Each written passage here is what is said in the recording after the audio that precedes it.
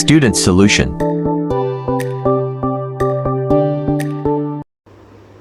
बिस्मिल्लाहिर्रहमानिर्रहीम। अस्सलामुअलैकुम स्टूडेंट्स, क्या हाल हैं? उम्मीद है आप सब ठीक होंगे। स्टूडेंट, आज हम बात करेंगे यूनिट नंबर 2 काइनेमेटिक्स के अंदर टाइप्स ऑफ स्पीड की। तो लास्ट वीडियो में स्टूडेंट्स जैसे हमने बात की थी स्पीड और वेलोसिटी के दरमियान क्या डिफरेंस है। तो स्पीड जो है क्या था कि हमारे पास the cover distance in given time is called speed of a object और स्पीड ऑफ अ बॉडी। दिए गए वक्त में कोई बॉडी जो डिस्टेंस कवर करती है हम उसको उस बॉडी की स्पीड या रफ्तार कहते हैं। यहाँ पे आज स्टूडेंट्स हम बात करेंगे स्पीड की कौन कौन सी टाइप्स हैं। तो फर्स्ट ऑफ ऑल हम देखते हैं हमारे पास है average speed. Average speed students जैसा कि नाम से यहाँ पे शो हो रहा है कि एवरेज, हमने इसकी औसत निकालनी है। औसत रफ्तार क्या है देखें, the average speed is the total distance या distances cover in total intervals of time. The average speed is the total distances covered in total time या टोटल इंटरवल्स ऑफ टाइम। यानी अगर एक बॉडी जितना भी डिस्टेंस कवर कर रही है तमाम वक्त में, यानी उसका टोटल डिस्टेंस हमने देखना है टोटल टाइम में। इसको हम ऐसे एग्जांपल से ले सकते हैं। फॉर एग्जांपल हमारे पास एक बॉडी है, वो मूव कर रही है फॉर 3 आवर्स, 3 घंटे के लिए। तो पहले घंटे में जो भी उसकी स्पीड होगी, दूसरे घंटे में, तीसरे घंटे में, ये टोटल टाइम हो जाएगा हमारे पास। और जो वो बॉडी डिस्टेंस कर रही है कवर फर्स्ट आवर में, सेकंड में, थर्ड में, ये इसका टोटल कवर डिस्टेंस हो जाएगा। फिर हम उस तमाम डिस्टेंस को ऐड करके डिवाइड कर देंगे टोटल इंटरवल ऑफ टाइम के साथ। तो वो हमारे पास क्या हो जाएगा, the average speed of that object. Formula इसका सिंपल उसी तरह से होगा जैसे हमने स्पीड की बात की थी कि यहाँ पे सिर्फ हम ए वी आपको नज़र आ रहा है, वेलोसिटी के साथ हम ए वी लिख देंगे यानी, और उसके बाद डिस्टेंस डिवाइडेड बाय टाइम, या अगर हम डिस्टेंस निकालना चाहते हैं तो हम स्पीड को टाइम के साथ मल्टीप्लाई कर देंगे। उसके बाद सेकंड है हमारे पास स्टूडेंट्स इंस्टेंट स्पीड या इंस्टेंट एन्यूज स्पीड। अब ये स्पीड कौन सी है स्टूडेंट्स, सिंपल हम इसको इंस्टेंट भी कहते हैं, इंस्टेंट स्पीड। देखें बाज़ दफ़ा हम जैसे रोड पे ट्रेवल कर रहे हैं तो हमारे पास कोई ख़ास एक साइन बोर्ड आ जाता है, जैसे कोई रोड के ऊपर कंस्ट्रक्शन वर्क हो रहा है या सो ऑन इस तरह से। तो वहाँ पे हम देखते हैं कि हमें एक बताया जाता है कि आप अपनी स्पीड को रिड्यूस करें, यानी इस लेवल तक, यानी इससे ऊपर आपने स्पीड नहीं लेके जानी है। तो वो एक स्पेसिफिक टाइम पीरियड के लिए हम अपनी स्पीड का लेवल ऐसे ही रखते हैं। तो यहाँ पे आप देखेंगे the speed of a body for any specific instant of time is called the instantaneous speed. यानी जब किसी बॉडी की हम स्पीड लेते हैं पर्टिकुलर टाइम पीरियड के अंदर, यानी कि ख़ास वक्त के लिए, उस वक्त हम उसको बोलेंगे कि वो उसकी इंस्टेंटेनियस स्पीड है। The speed of a body for any specific instant of time. Instant का मतलब है वक्त का एक लम्हा, एक ख़ास वक्त, यानी कि जो आप इसको सिंपल ऐसे भी कह सकते हैं, the level of speed for a particular time period. Speed का एक लेवल जो हम एक ख़ास दौरानिए के लिए रखते हैं, थोड़ी देर के लिए रखते हैं, ख़ास वक्त के लिए रखते हैं, that is called instant speed. उसके बाद स्टूडेंट्स हम बात करेंगे यूनिफॉर्म स्पीड की। यूनिफॉर्म स्पीड और वेरिएबल स्पीड तकरीबन दोनों बिल्कुल ऑपोजिट हैं एक दूसरे के। यूनिफॉर्म यानी कि यूनिफॉर्म जैसा कि आप जानते हैं, यूनिफॉर्म यानी कि अनचेंजेबल, और वेरिएबल चेंजेबल। अब यूनिफॉर्म स्पीड क्या होगी स्टूडेंट्स, जैसे हम एक एग्जांपल लेते हैं, हमारे पास एक बॉडी है, वो मूव कर रही है। पहले घंटे में हमने देखा है कि उसकी स्पीड फॉर एग्जांपल 1 घंटे में 50 किलोमीटर डिस्टेंस उसने कवर किया है। दूसरे घंटे में भी वो बॉडी 50 किलोमीटर ही डिस्टेंस कवर कर रही है, तीसरे में भी, चौथे में भी। इसका मतलब है कि हर एक ख़ास दौरानिए में उसका जो स्पीड लेवल है वो चेंज नहीं हो रहा, यानी कि उसकी स्पीड बिल्कुल वहीं जा रही है जो पहले घंटे में थी, दूसरे में भी, तीसरे में भी। तो इसको हम बोलेंगे कि वो बॉडी जो है वो यूनिफॉर्म स्पीड के साथ मूव कर रही है।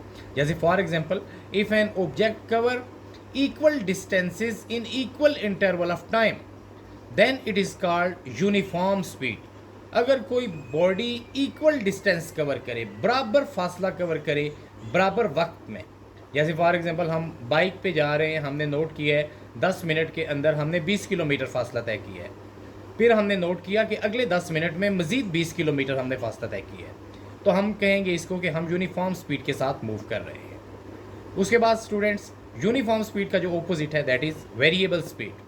वेरिएबल स्पीड यानी चेंजेबल स्पीड। और आप देखें कि डेली लाइफ में हम जितना भी मूव करते हैं रोड के ऊपर, जितनी भी गाड़ियाँ आपको नज़र आती हैं, या हम खुद अपने चलने की रफ्तार को अगर देखें तो हमारी जो स्पीड होती है वो वेरिएबल्स होती है। क्योंकि देखें बाज़ दफ़ा हमारी स्पीड तेज़ हो जाती है, हम थक जाते हैं, आहिस्ता हो जाते हैं, या जैसे रोड के ऊपर हम ड्राइव कर रहे होते हैं, रश होती है तो हम थोड़ा स्लो डाउन हो जाते हैं।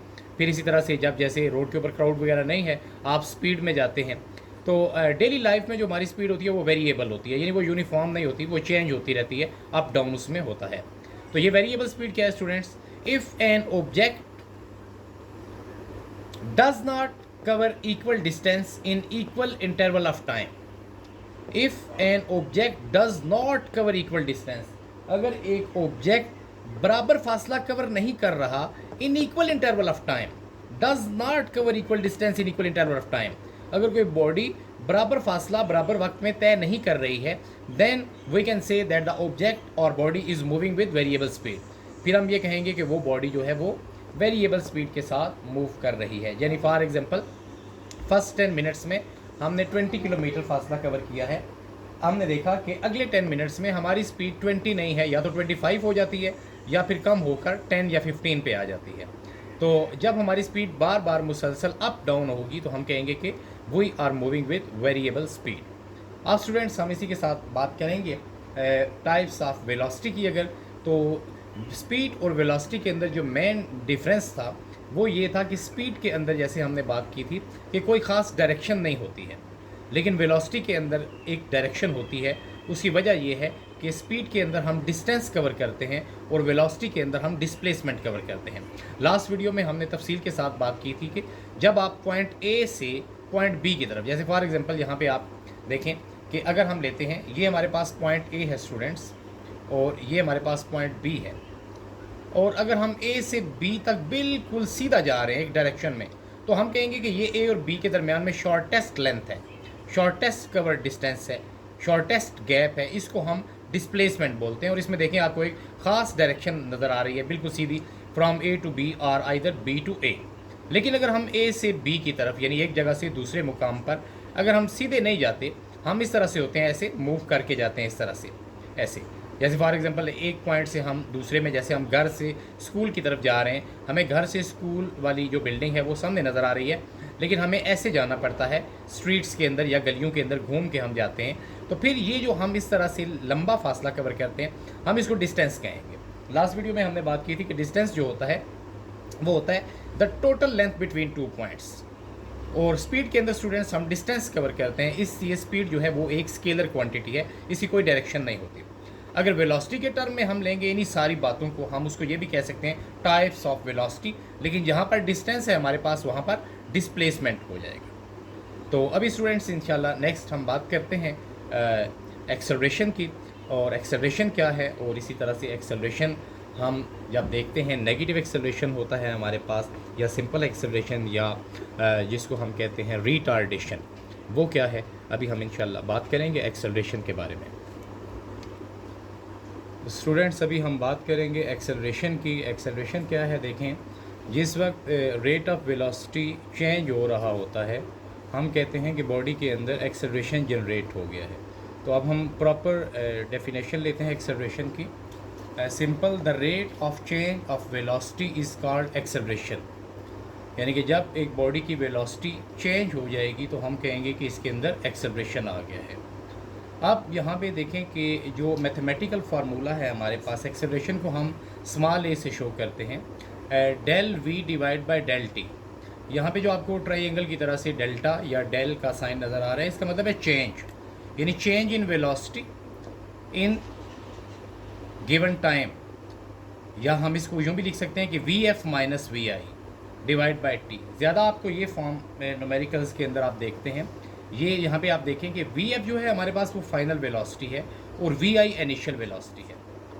वी एफ यहाँ पे आप देखें स्टूडेंट्स हमने पहले लिया है, यानी ये पॉजिटिव है हमारे पास।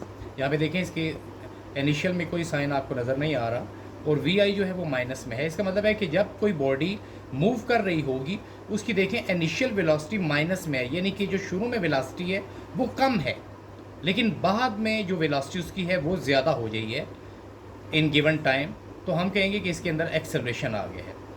We i minus v f नहीं हम लेंगे क्योंकि वो रिटार्डेशन हो जाएगा। V F minus we i क्यों लेते हैं? क्योंकि आप देखें दुनिया में जितनी भी मशीनरीज़ हैं, जैसे फॉर एग्जांपल हम सीलिंग फ़ैन की बात करते हैं या किसी इंजन वगैरह की, जब वो बॉडी स्टार्ट होती है तो शुरू में उसकी जो वेलोसिटी होती है, स्पीड, वो कम होती है, बाद में विद पैसेज ऑफ टाइम वो इंक्रीज़ हो जाता है। यूजुअली ऐसे होता है हमारे पास, अमूमन ज़्यादा। तो इसलिए हम देखें वी एफ जो है वो हम पॉजिटिव में लेते हैं, यानी बाद वाली जो वेलोसिटी है फाइनल वो ज़्यादा हो गई है और शुरू में हमारे पास क्या थी, कम थी। तो ये जो तब्दीली आएगी ये किस में आएगी स्टूडेंट्स? ये टाइम में आएगी। तो अगर मैं इसको v i minus v f कह दूँ तो वो नेगेटिव एक्सेलरेशन बन जाएगा, रिटार्डेशन हम जिसको बोलते हैं। तो एक्सेलरेशन का फार्मूला क्या होगा students? V F minus we I divide by T, या del we divide by delta T. तो the rate of change of velocity is called acceleration.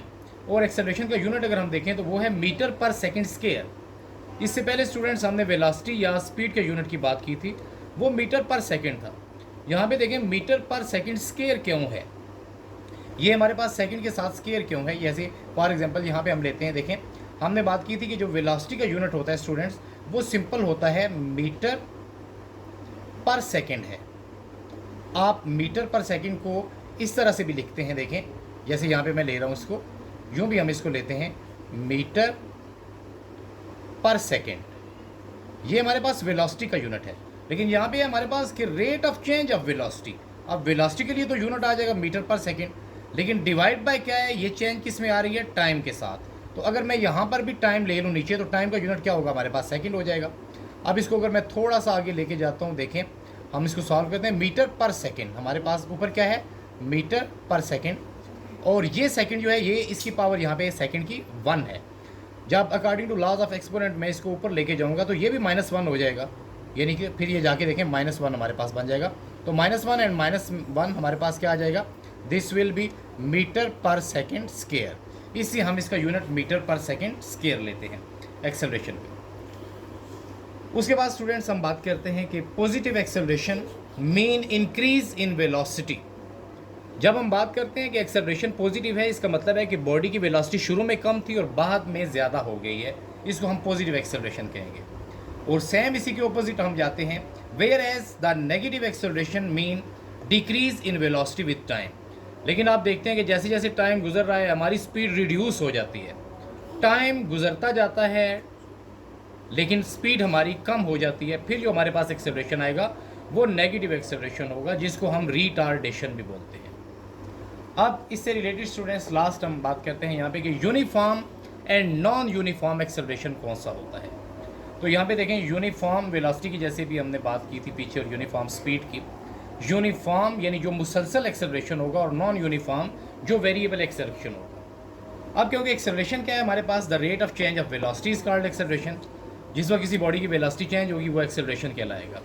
लेकिन अगर हम देखते हैं कि when an object is changing its velocity at the same rate at each second, कि हर एक बॉडी की हम वेलोसिटी हम देखते हैं किसी बॉडी की कि वो हर एक सेकंड के अंदर मुसलसल तब्दील हो रही है, यानी कि मुसलसल का मतलब है कि उसके अंदर एक तसलसल आ रहा है। When an object is changing its velocity at the same rate, जैसे फॉर एग्जांपल मैं कहता हूँ कि हमारे पास एक बॉडी है, हम कोई बाइक चला रहे हैं या कार चला रहे हैं, तो कार की हमने वेलोसिटी फॉर एग्जांपल 2 मिनट के अंदर हमने उसकी वेलोसिटी को 5 से 7 किलोमीटर कर दिया है। अगले 2 सेकंड में हम फिर 7 से 9 पे ले जाते हैं, फिर अगले 2 सेकंड में 9 से 11 पे। तो आप देखेंगे हर दफ़ा 2 सेकंड के बाद 2 किलोमीटर का इजाफा हो रहा है स्पीड के अंदर, यानी जो rate of change of velocity है हमारे पास टाइम के साथ वो बिल्कुल मुसलसल जा रहा है। यानी जैसे फॉर एग्जांपल मैं कहता हूँ कि 5 मिनट में हमने अपनी स्पीड को इंक्रीज़ किया है, कितना, 7 किलोमीटर, फिर अगले 5 मिनट में मज़ीद 7 किलोमीटर हमने इंक्रीज़ कर दिया, फिर अगले 5 मिनट में मज़ीद 7 किलोमीटर कर दिया। अब हम कहेंगे कि जो हमारे पास जा रही है वेलोसिटी के अंदर स्टूडेंट्स, ये जो एक्सेलरेशन होगा दिस इज़ कॉल्ड यूनिफॉर्म। लेकिन इसके ऑपोजिट में अगर हम बात करें कि but the rate of which at the objects velocity change is not the same through out it's movement, लेकिन हम उसकी पूरी मूवमेंट के अंदर देखते हैं कि वो यूनिफॉर्मली चेंज नहीं हो रहा है। जैसे फॉर एग्जांपल हम अपनी स्पीड कभी 2 मिनट के अंदर 3 से 4 किलोमीटर पे ले जाते हैं, फिर अगले 2 मिनट में हम ऊपर जाने के बजाय स्पीड ब्रेक लगाकर नीचे ले जाते हैं, फिर हम ऊपर चले जाते हैं, फिर नीचे जाते हैं, ठीक है, यानी अप और डाउन आते रहते हैं मुसलसल टाइम गुजरने के साथ साथ। फिर हमारे पास जो rate of change of velocity होगा that is acceleration, but that is called non uniform acceleration. हम उसको क्या बोलेंगे? Non uniform acceleration. Next video में स्टूडेंट्स हम मज़ीद बात करेंगे ग्राफिकल रिप्रेजेंटेशन की, डिस्टेंस टाइम ग्राफ की और वेलोसिटी टाइम ग्राफ की। तब तक के लिए अल्लाह हाफिज़। Thanks for watching.